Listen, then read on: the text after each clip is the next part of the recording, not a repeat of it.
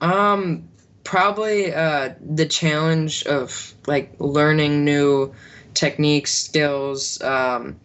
That's I think the main thing that brings me back to it.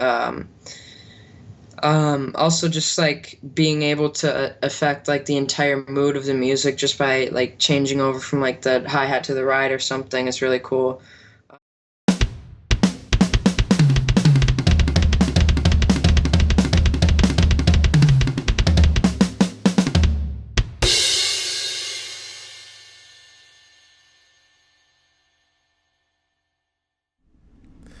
Hey everyone, welcome back to the All Music Matters in That podcast. I am your host, Brian. And joining me today, John Griffin. How you doing there, brother? Good, how are you? Not too bad. Where are you hailing from? I live in Wisconsin, just west of Milwaukee. Oh, Um, oh sweet. You're a Brewers fan, too? yep. I see. Yeah, I can give you credit. I'm actually from Pittsburgh, so I can give you guys credit, too. So the Pirates have not done very well against the Brewers recently, so Oh yeah. that's up to you guys. So I actually do remember back in the day, and kind of get on the sports side a little bit, when you guys used to have Richie Sexton on your team. You remember that? That might I have do been... not. But Yeah, it I might have mean, been... I'm not a huge baseball fan. I don't follow it very closely, but Do you follow any of the sports, or... mostly just professional football, like the Packers and stuff. But Rogers. Yeah.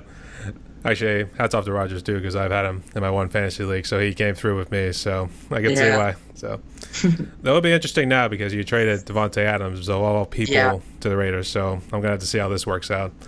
yeah, it's not gonna be helpful, but We will see, but hmm we're not here to talk about sports, we're here to talk about music and stuff, particularly your drumming. So welcome to my podcast and everything, and here we're going to share your story to get to know you a little bit more, so you ready? yep. All right, so let's start with the first question here. Tell us a little bit about yourself. How did you get into drumming? So, I kind of started out like I don't know what made me want to drum. It's just like I just started playing on like buckets in the backyard, like a Home Depot bucket, and then I expanded to like other buckets and like a coffee tin and stuff.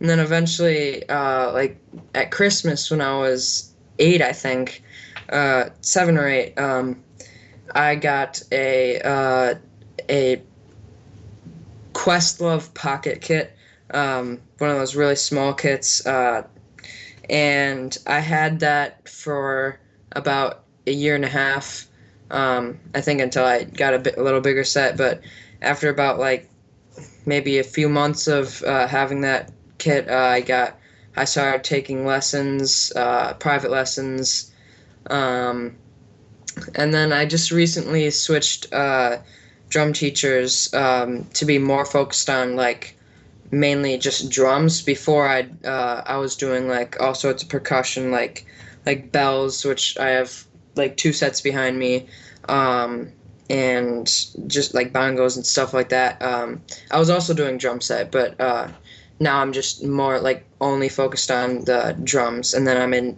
band at school, which deals a lot with like the percussion stuff. So I see, and you still do, what, drumline now? Is that what you've been doing recently? yeah, so I've been going to marching band camp, and last year when I was in marching band, I got in the high school marching band as an eighth grader, which was pretty cool. But last year I played like front like pit percussion, like frontline, so I was on the marimba, um, that big wooden keyboard type thing. And this year I'm gonna be on snare, and then for like one part of the show I'll be on the marimba again, doing like four mallet stuff. And then I'll go back to the snare, which will be like marching too. Um, so yeah, that's been it's been pretty fun. We have a really small marching band. It's only like 45 people or something. But it's fun. So in the years past, they have not been very good at all. Um, I think mainly because like we would only run like out of the whole season there were maybe like 8 passes. But this year we've only had one football game so far, and we won 35-0. So hopefully that means we'll win other games. And then that also means we get to play more during the football game. But yeah. I see. I guess was it because of COVID and stuff like that? Your schedules were more limited, or I guess what? No, I think just like the coaching style wasn't very good. Like it had been like that for a little while without our team being any good. This year, it's just for some reason we just started out pretty strong. Hopefully, it stays like that. But We shall see, as I said earlier. yeah, So I guess I hope for you, buddy. Good luck to you. Um, I guess are you next to your kid right there? I think I'm seeing the symbol. So yeah, this is my ride cymbal. So this is kind of my kit. That's I don't know if that's a good angle here. That might be better. I have this is my a ride cymbal. Just a Sabian XS medium cymbals, and then a crash ride that I use for like heavier songs and stuff with that. But and then just the normal kick, hat, snare, and then three toms. So I was gonna say, what sort of brand is that drum set altogether? Is that like a Tama, or is it? it's a Pearl Export series. So I actually got it. This family was selling it on, I think either like Craigslist or something like that. And it wasn't. It was like basically new, but they were selling it cheaper because they had bought it already. But like for a kid that was gonna drum, but then they never really got into it. So I got it for like 800, I think. I don't really remember. I was pretty young still. But it's been really good. I obviously bought some additions to it, and then like a month or two ago, I just put on like all new heads, which made it really sound a lot better than before. So That's pretty sweet. And I guess what sort of drumsticks do you use? so I use their like I forgot the brand, but it's like their black carbon fiber sticks. That they're pretty heavy. They're not super thick or long. They're just like the carbon fiber is a harder material. So then they don't get as like chewed up by the acoustic kit. And it also, since they're heavier, it helps with like wrist development and stuff. And helps with like hitting harder and getting more speed and stuff like that. So those are my main sticks that I use. I think I know, it could be the wrong one, but I think I know which brand you might be referencing to. I thought it was the Joey Jordison kind of sticks. I don't know if that's... No, I don't think it was that. It was like aquarium, I think it was. Either like aquarium or some stick like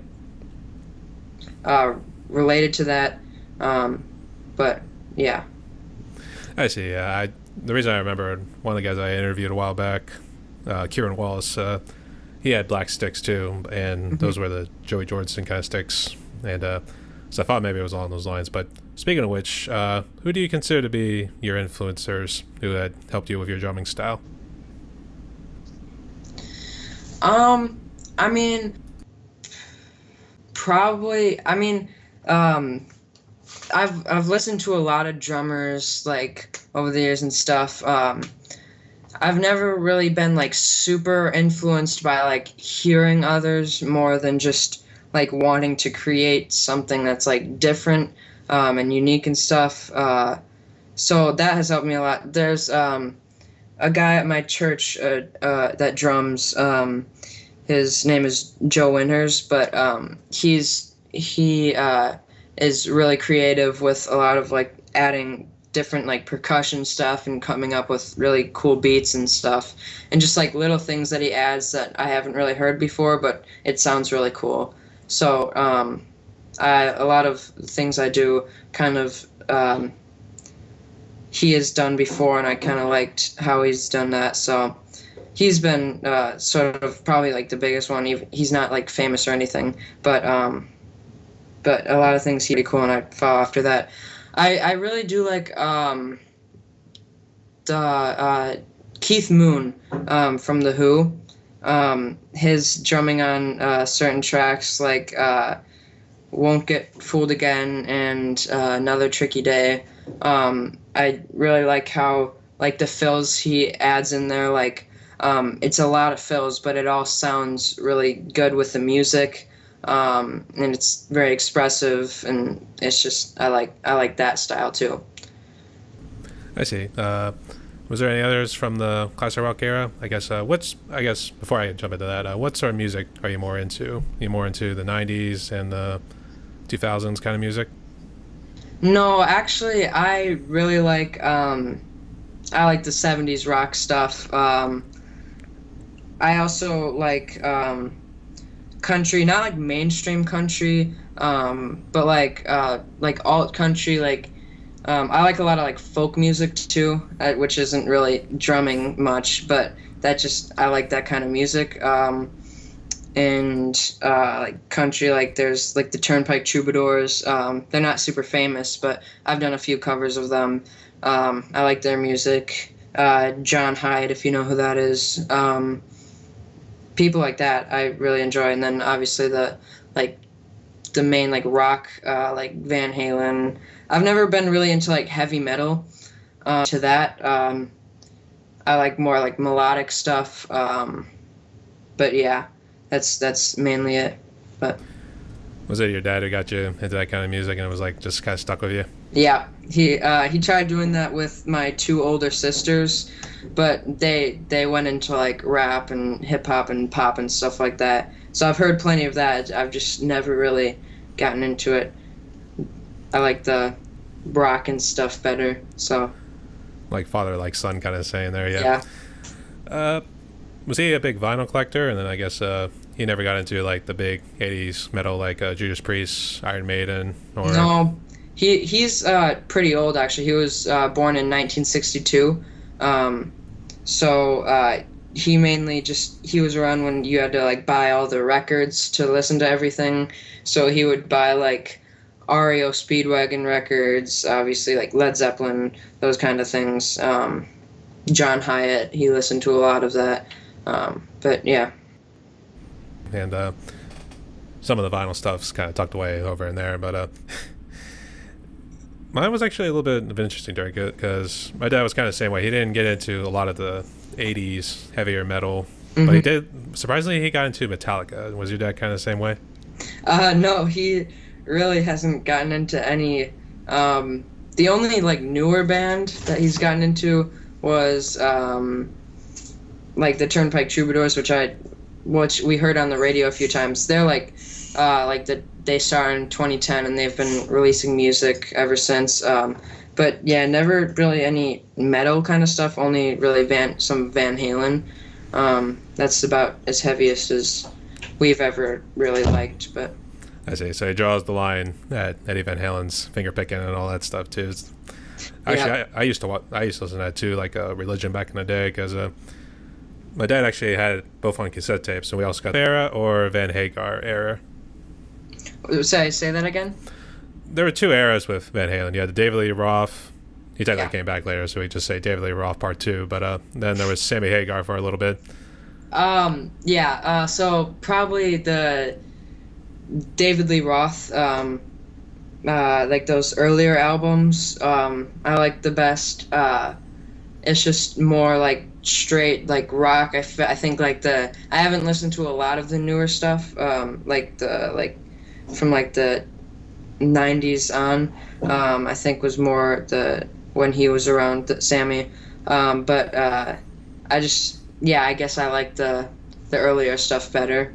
I'm not really sure why. I think it was a little less like popish. I'm not really sure, but I was gonna say there wasn't much of an emphasis on keyboards, but unfortunately, 1984 happened to be their breakthrough album, and I guess it won them sorts of awards and stuff like that. So you then think like, hey, we did well doing that, so let's keep rolling with it here and try it. So that's what they did when Sammy came in. So it was unfortunate too because it altered who they were. The first, I guess we could say, I think it was 78 when it started. So it altered who they were after like 6 years.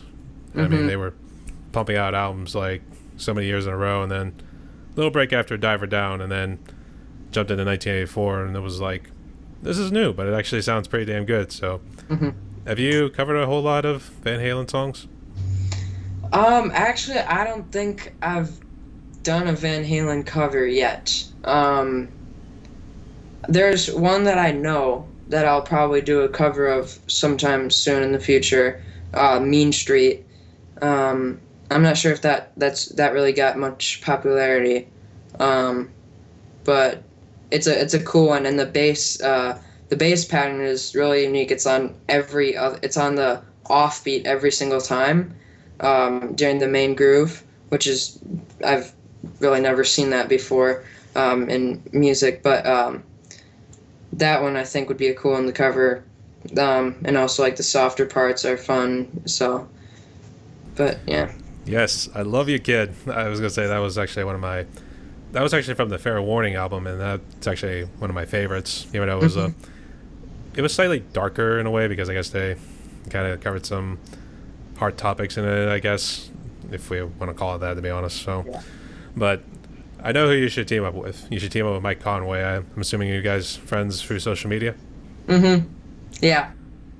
He Van does. Conway, yeah, I guess because he plays a lot of the old school Van Halen. I don't think he's touched any with Sammy Hagar's yet, which I've been kind of asking him too if he wanted to try it out. So I guess Yeah. it's somewhere down the road. So I guess have you guys ever thought of doing a collab together? Not yet, but that'd be a good idea to do that one. All right, so hopefully we get to see that soon, and I know a lot of Yeah. people will be jumping for that. So let's see. Have you ever rolled with an electric kit before?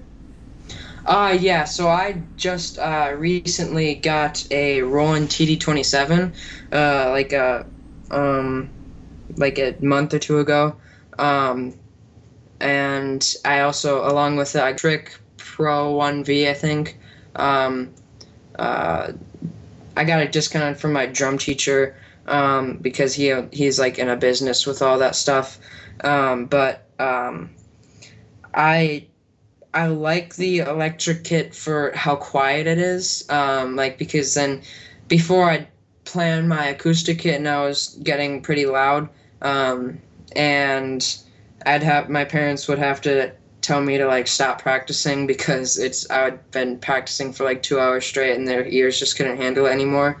Um, so I really like that how quiet the electric kit is. As far as feel, I definitely like the acoustic better.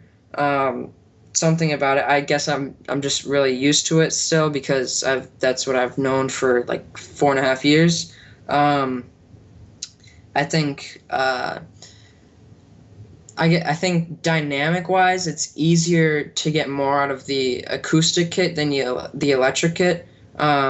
Something about the electric kit, like ghost notes on the snare, they're fine, but like on certain things like the Purdy shuffle, otherwise known as the Rosanna shuffle, I don't know, it seems a little weird. But otherwise, the electric kit is really nice. And there's a lot of things you can do with it, like with the drums and tuning. It's definitely played around with that a lot, and that's pretty cool. But if I had to choose one over the other, it also just like looks better playing on the acoustic kit, I think. So that's also a big aspect of it. So if I had to choose one, it'd probably be the acoustic kit, but the electric kit is really nice for like practicing and like because I live in a neighborhood and I'm just out here in my sunroom, so it's really not like anything where I have like sound dampening or anything like that. So the electric kit is really nice for that. Hmm. Have you ever thought about like maybe molding the two together? I guess. I have not. That would be I'm not sure how I could probably figure it out how to do that, but I've never really thought about that before. The reason I ask, and this one I tend to ask because I've seen like some people have like they have like the touch pads and stuff right there that kind of like simulate certain sounds. It kind of eliminates the need of having to make those big Neil Peart kind of sets where it stretches all around you. So then you have to like turn your seat every which way to either hit like the Yeah. claves, the cowbells, chimes, triangles, and that sort of thing. If you wanted to incorporate percussion instruments, Hmm. so being that you kind of play a little bit with percussion, I don't know if you ever did anything with triangles, chimes, or anything like that. So Yeah, the only thing I've really done with that is just like change the middle tom on my electric kit to like a tambourine or something. Um, and especially like I played. My dad plays acoustic guitar. It's pretty basic acoustic guitar, but he's also pretty. He's pretty good at singing. He's got a good voice.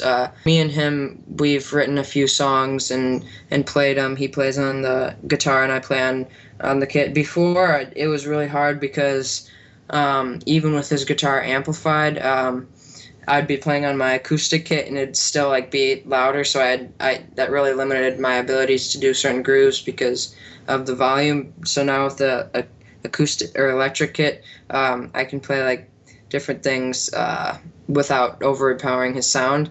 Um, and also I'm able to like incorporate like different percussion things like the what's it called, tambourine. So that's pretty cool. But oh, with the little symbols on it, right? It's the yeah. one that you always tap like Hmm. this. Yeah. I think I always remember because I think there was one YouTube video. A guy was trying to make a little melody music, and I think he accidentally picked the tambourine by accident. So it was instead of like the Oh typical my. hi hats because he was just trying to make Yeah. it all put together and that sort of thing. So it's the most metal thing you can probably think of right now. So, all right. What do you love most about drumming? Um, Probably the challenge of like learning new techniques, skills. That's I think the main thing that brings me back to it. Also just like being able to affect like the entire mood of the music just by like changing over from like the hi-hat to the ride or something is really cool. Um, but like even though like I get frustrated sometimes, obviously just like everybody does, like learning new things. Like my drum teacher right now is having me learn to like be ambidextrous, which has been really cool, but also pretty difficult, obviously. Um, and it's just like figuring it out is just something makes me want to like keep going with that, and that's just I like doing that. I also just love like playing with other musicians. Like in church we have a pretty good music program. There's like a flautist, obviously like a pianist, and the organ, and there's like a violin player and stuff like that, which is, and I like playing in that group. So That's pretty sweet. Yeah, a couple people have also. One that comes to mind is Eric Hettinger. I know he pretty involved with his church too. Are you also the same? Do you also play during the masses too? yeah, so I usually play weekly, either at an 8 o'clock mass or a 10 o'clock mass. It depends, but Oh, you're one of the morning people too.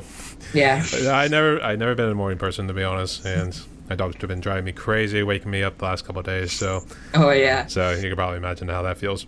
Yeah, both of my dogs sleep in my bed, so they wake me up like in the morning and won't leave me alone. But Yeah, I think that's why when we go out on our own, we will not have a pet if we're single, that sort of thing. So just food for thought.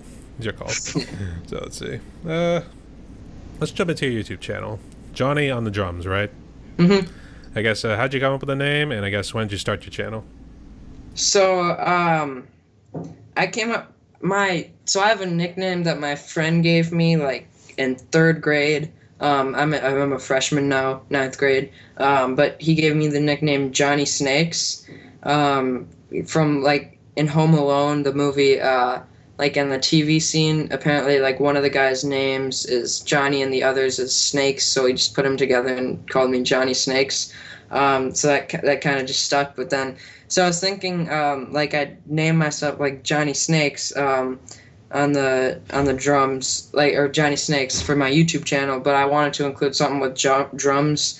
My real name is actually John, but like my full name is John, but everybody just knows me as Johnny because Johnny on the drums. But I just came up with that because like Johnny Snicks. I like Johnny because it's kind of a fun name, and then Johnny on the drums flowed well. So I guess that's how it came about. So, and then also I started making drum covers about 6 or 7 months ago.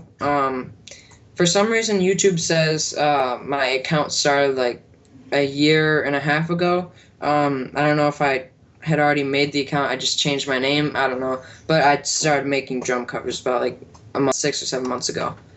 Um, I see. Is it like strictly drum covers, or do you try to branch out and do like other kind of things like vlogs, reviews, things like that? as of right now, it's just solely drum covers. Obviously collabs and stuff, but I've done like covers of like with the drums and then doing like other percussion things at the same time. Like I did that with Rock the Casbah, um, which was pretty fun. It took all day, but it was fun mixing all them and putting the videos together and stuff like that. Oh God, I always remember that commercial. It was I forget who it was. I think it was one of those like streaming apps back then, but it had Rock the Casbah on it. But the one guy says, "Isn't he saying stop the cat box? Oh my gosh! Stop the cat box." And then I mean, every time I think about that, that's the first thing that comes to my mind. And it was like they played it so much. It must have been a Super Bowl commercial, I guess, or something. So I don't know, but that's every time I think about it. And let's see. Is there anything you hope to achieve with your YouTube channel? Maybe be some sort of influencer at some point? The main thing, I'm not really trying to like get like thousands of subscribers. I should obviously get more and stuff, and my channel is slowly growing. Main thing is just to be able to like share like the different things I've been working on. Like I'm hoping to come out with some like covers, like open-handed drumming, which I've been working on a lot lately. Just because it's more comfortable, like being able to like with my right hand on the snare, I can my left hand like if I'm like this, I can go like this, but then I can also reach out to like the toms easily and the grooves and stuff, which I like. And also I'm thinking of maybe like in the future, I'm not really sure how yet, but coming out with like some merch and stuff. Kids in my marching band have said if I came out with merch, they'd buy it. So it's kind of funny, but extra money and yeah. Yeah, I see. A lot of people seem to be doing like their own little merch stores and everything. Yeah. All the girls from high school lining up to get Johnny on Drums merchandise. Oh, Johnny, take me to the prom, man. My That's gosh. amazing. Yep. You'll be a big senior before you know it. You'll be the talk of the town. Big star. Mr. Superstar. That sort of thing. Let's see. I know of open hand too, because I do that too. I play more of the metal. I don't know how many of my interviews you have seen. I know what you're talking about when you're. This is more like hitting the hi hat and stuff like that, and then this is you're hitting snare, toms, and whatever. It's usually a lot more easier when you are doing blast beats too. I know you're not big into metal too, but with the blast beats, you're kind of hitting the tom and maybe the ride, one of the crashes, or the hi hat. Real simple, and then also play real fast with double bass and everything. But it definitely makes it easy. But then you have to like also make sure you come back to play like those fast grooves too. So Yeah. I can definitely see is it more because if you're playing like this, it's harder to like hit the toms doing cross arms and stuff like that. Yeah. I can see what you mean, yeah. And I think I've seen Julian Kramer, aka Cremo Music. He does that sometimes. Oh, okay. He does it just mainly goof around and stuff. But I assume he knows like how the pattern goes, or he's like doing his own thing to kind of like mess around and kind of make like a different feel to it. So it's just ideas. But the thing is, it's hard to do it because if you get caught with your elbows in the wrong spot, then you're basically screwed. So not an easy technique, but you get the idea. So walk us through how you create a drum cover, I guess. How do you pick the song, and then what do you use for editing, and then everything before you post? Yeah, so song-wise, like a couple times I've just like had an impulse decision to do a drum cover of this song. Like like certain songs that I've listened to a lot that I really liked, and I've listened to the drums a lot, then I kind of already know how to play it just from listening to it. I might like practice it a few times before and then have that, but usually it's like I have like an app called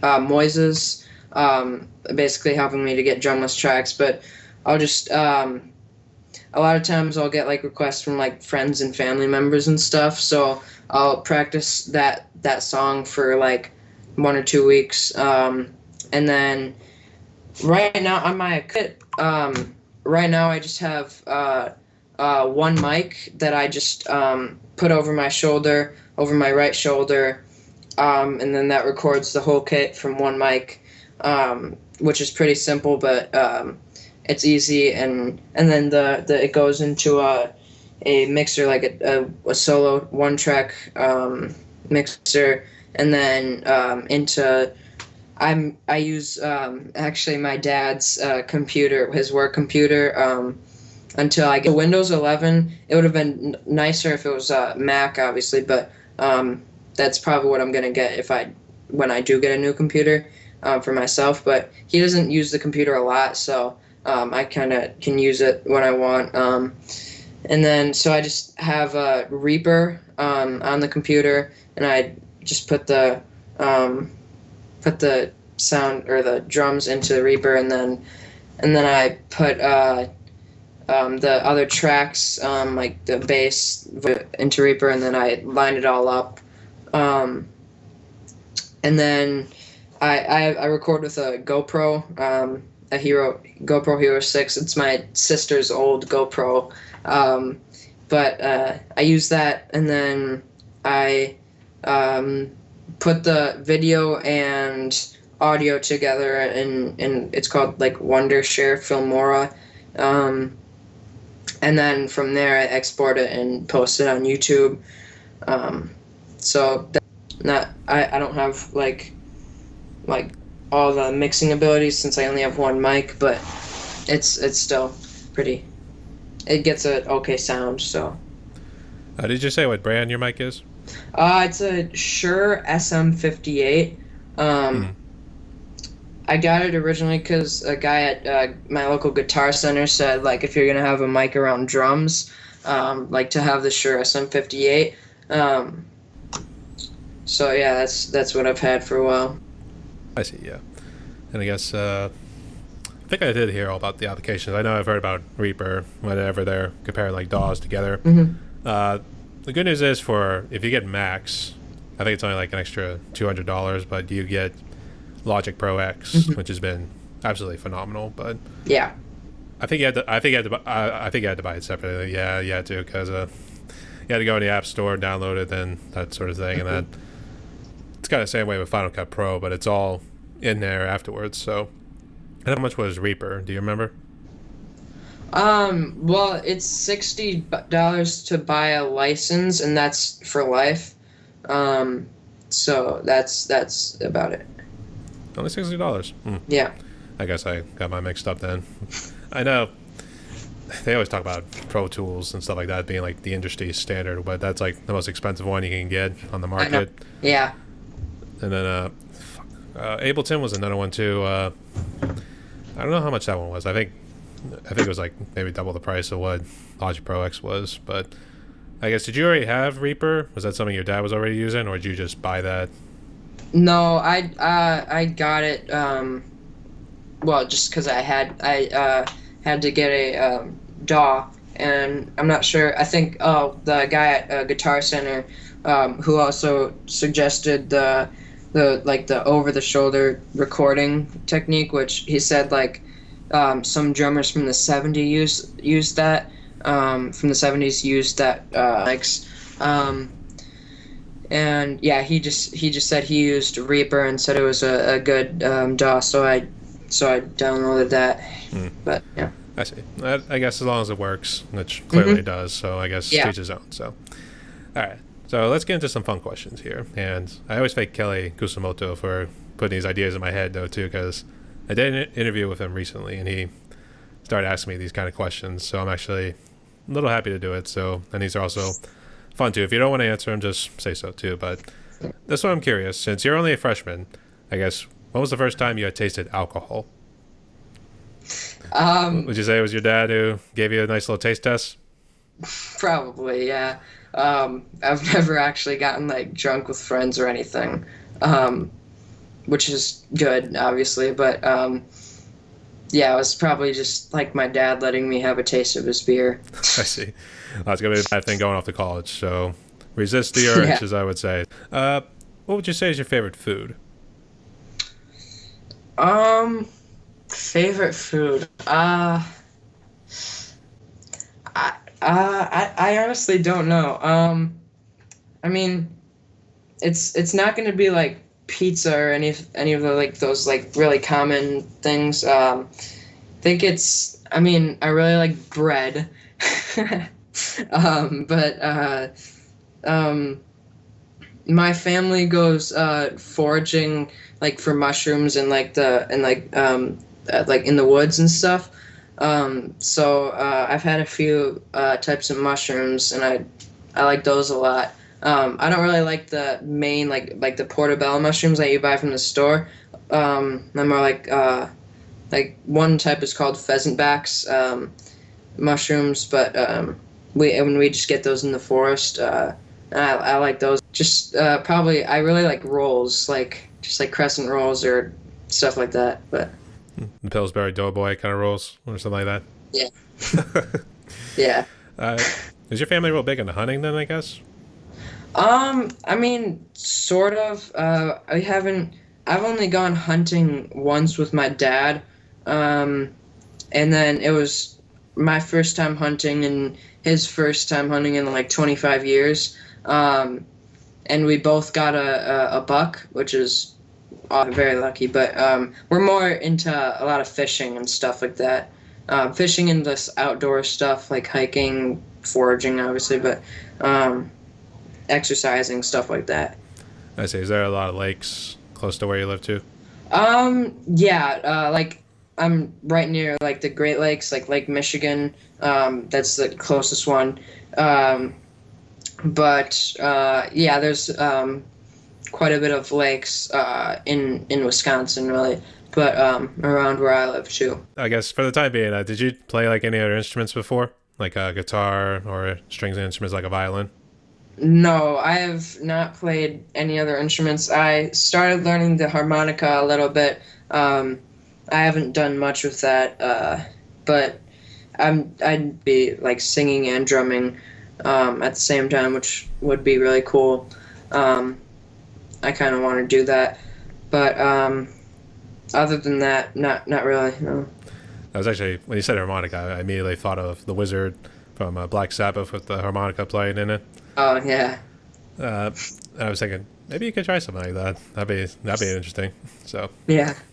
I guess what's it like where you live in Wisconsin too? I've actually never been to Wisconsin, so I'm curious. What can you tell me about it in Milwaukee in particular?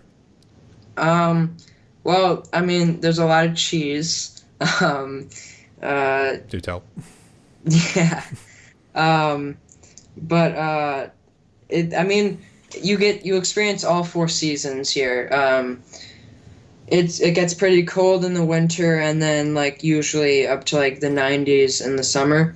Not much hotter than that, but we have a pool in the summer that we just like set up, and then usually it's pretty cold, but we just not going to get much warmer. We also don't have a heater for it, but it's in the winter it gets pretty cold, and then all four seasons are pretty much the same length, which is nice.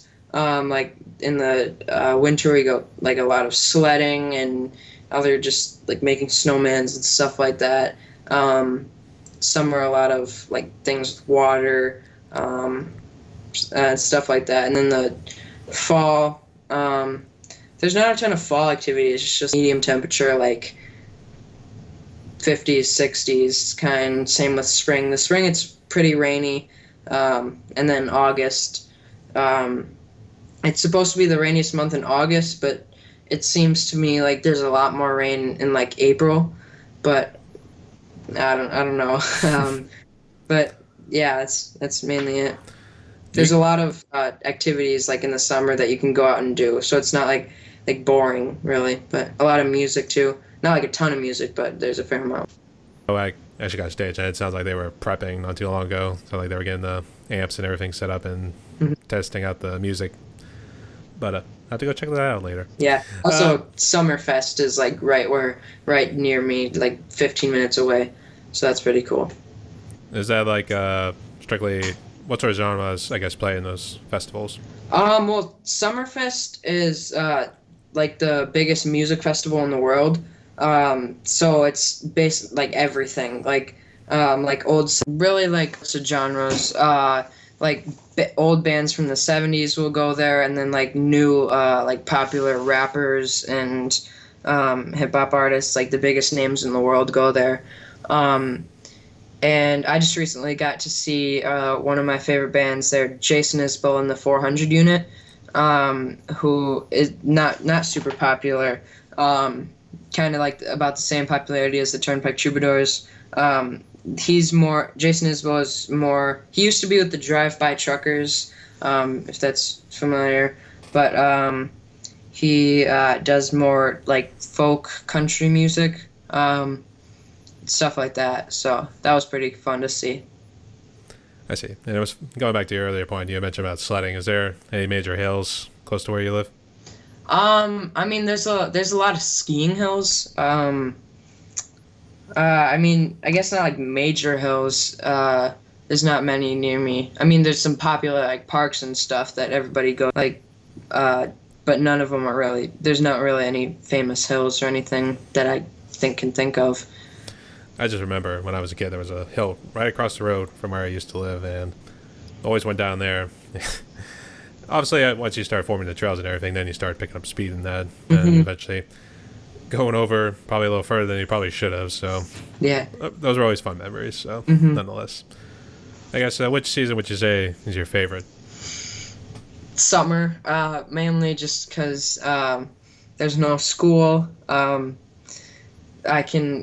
really love swimming and stuff, so I can go swimming a lot in the summer. I can hang out with friends more, do more drumming.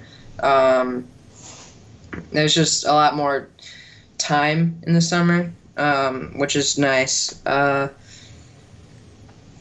There's also like we go on vacation, like a 1 week vacation every summer, um, and then that's pretty nice.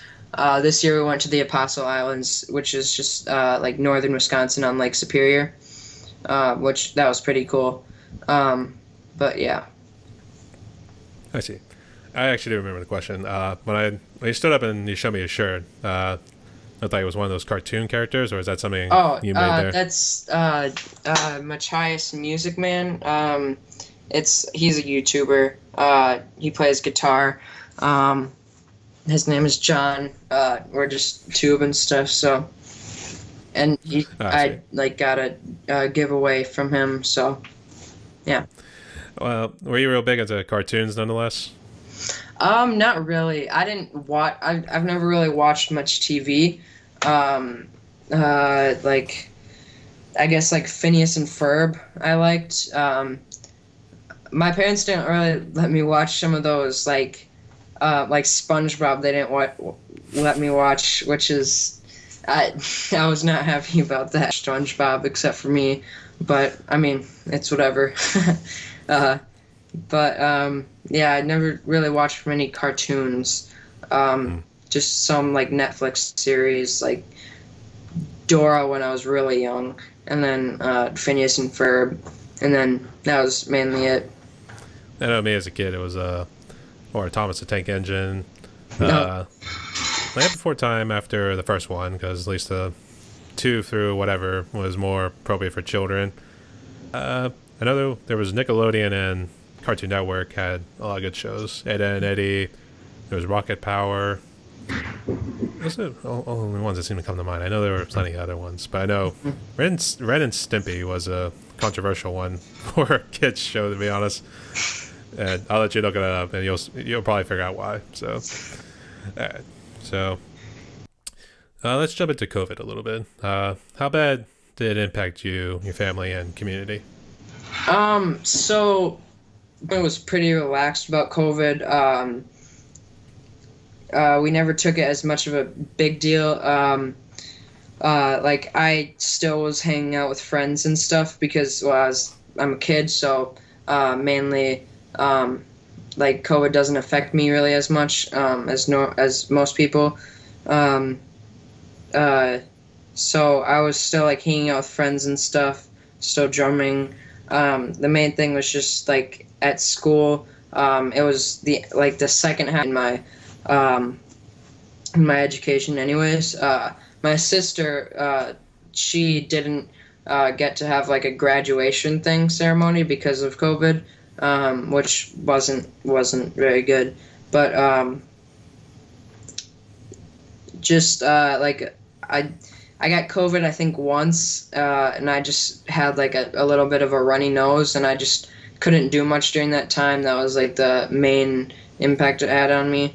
Um, um, it wasn't such a big impact on me or my family. Just like in the like community. I mean that like it happened everywhere. Like tons of businesses shut down, people lost work. Um, but my parents stayed. They had jobs through the thing. My dad actually sharpens shears at salons, and sometimes I go with him to sharpen. But a lot of salons, like tons of them, closed down, which didn't help his business. But his business is going pretty good now. But other than that, I mean, I can't really think of much impact that it had on me. But Did it kind of open the door anyway? Like, did it allow you to be more focused on YouTube? Maybe try to do something more with it or anything with social media? I think I don't even know if I had started YouTube when like the like when COVID was like a big deal. Um, like 7 months ago was yeah, I think I started in like 2021. Um, and it was mainly in 2020, but obviously it continued through 2021 and even now some. But I don't think it had really an impact on the social. Yeah, that's basically it. But Hmm. I see. And the reason I tend to ask, obviously, try to look for positives in sort of those dark moments, mhm. but a lot of people I've spoken to, they were able to get more involved in YouTube or anything on social media. They were able to quit habits like any sort of addictions. I know some people have gotten off smoking, Yeah. drinking, or anything like that. So there were some good things to like see it like happen to these people too. hmm So I don't know if anything Uh, good. I mean, my family spends a lot of time together anyways, but we spent a lot of time during COVID, like together. We did a lot of like hiking, a lot of outdoor stuff. We started taking like natural vitamins and stuff, and doing some more like foraging. Like a lot of like mushrooms and certain plants are really good for you. Like certain weeds that like grow everywhere. You can eat them, and they have like for really good for your immune system, just for your overall health. We did a lot of that stuff just to keep healthy, because that was the main thing that was going to combat COVID. Like just having a healthy diet and being exercise and stuff like that. Um, probably the worst part about it was probably just the effect it had on like my generation, like with a lot more social media, a lot more. I mean, like just spending more time on their phones. I guess getting into bad habits. That's probably a lot of mental health issues developed, especially with my generation, which is very unfortunate. And partly because of like COVID and the lockdowns and stuff like that. But that's probably.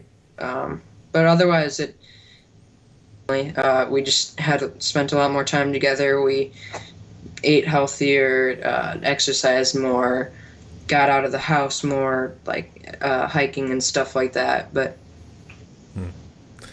So in terms, going back to your foraging, if there's an apocalyptic event, we should turn to you for yep, what to eat in nature. So, yep. all right. Hey, you can make a nice little buck out of that too. Hmm.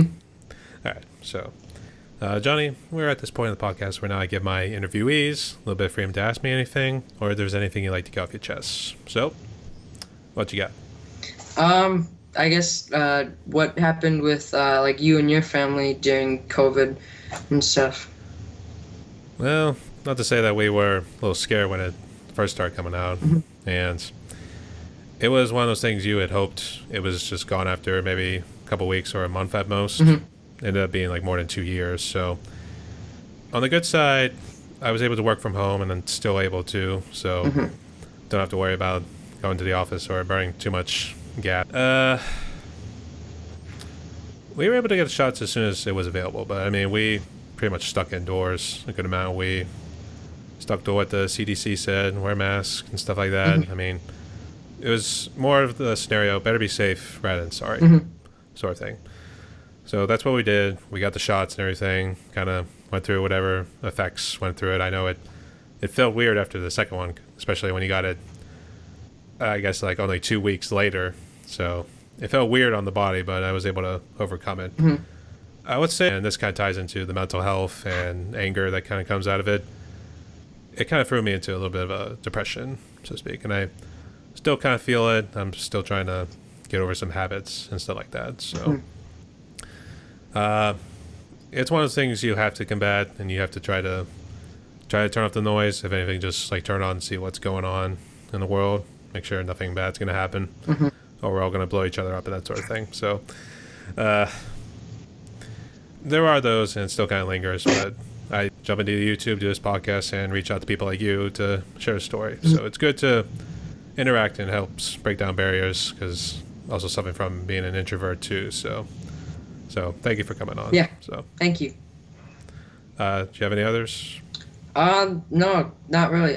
Thank you for doing this. I appreciate it. It's been nice talking with you. Well, we got one more question here All right. and this one, it might be a little cliche, but I always like to ask it because I always like to hear people what they have to say. Because sometimes, given what you're seeing COVID has done, what sort of message of hope could you give to people out there, both regular people and musicians? I gotta think about it. Like I said, it could be cliche. So. It's all right.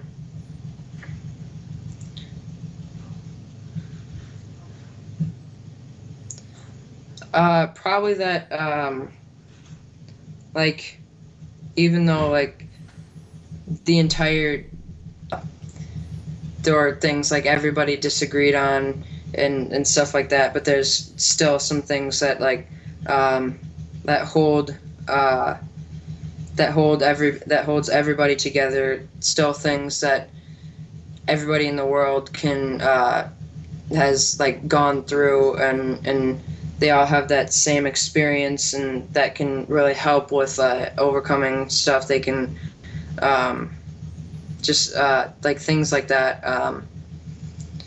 I know a lot of musicians probably got hit really hard with COVID and stuff, like especially like gigging musicians. But as long as they just keep doing what they love, finding as much time for music and enjoyment and making others happy, that's the most important thing, and that'll help to get through whatever someone might be suffering from. So yeah, that's Spoken like a true project. All right, so Johnny, we reached the end of my podcast right here. So I guess, did you have any shout outs or any last words you want to say before we close out? Nope. I think that wraps it up. Thank you. What? No shout outs to the drum community? Come on, man. Oh, well, Machias Music Man, obviously, that I'm wearing his shirt. And then, let's see. I think it's Jared Steventon, drummer, who I got I posted Rock the Casbah, guess the tune, and he got it first, so that was cool. It's a hard song to like recognize the drums right, because the main thing is like what the instruments are doing. But and then I'll talk to Mike Conway about the collab. The Van Halen collab. All right, we got something. All right, so. All right, Johnny, thank you so much again for coming on here, buddy. It's good to get to know you and know you a little bit more about your story, too. So, No, thank you. Everyone, my guest today was John Griffin, hailing from Wisconsin. John, stay safe. Stay tuned, y'all. See ya.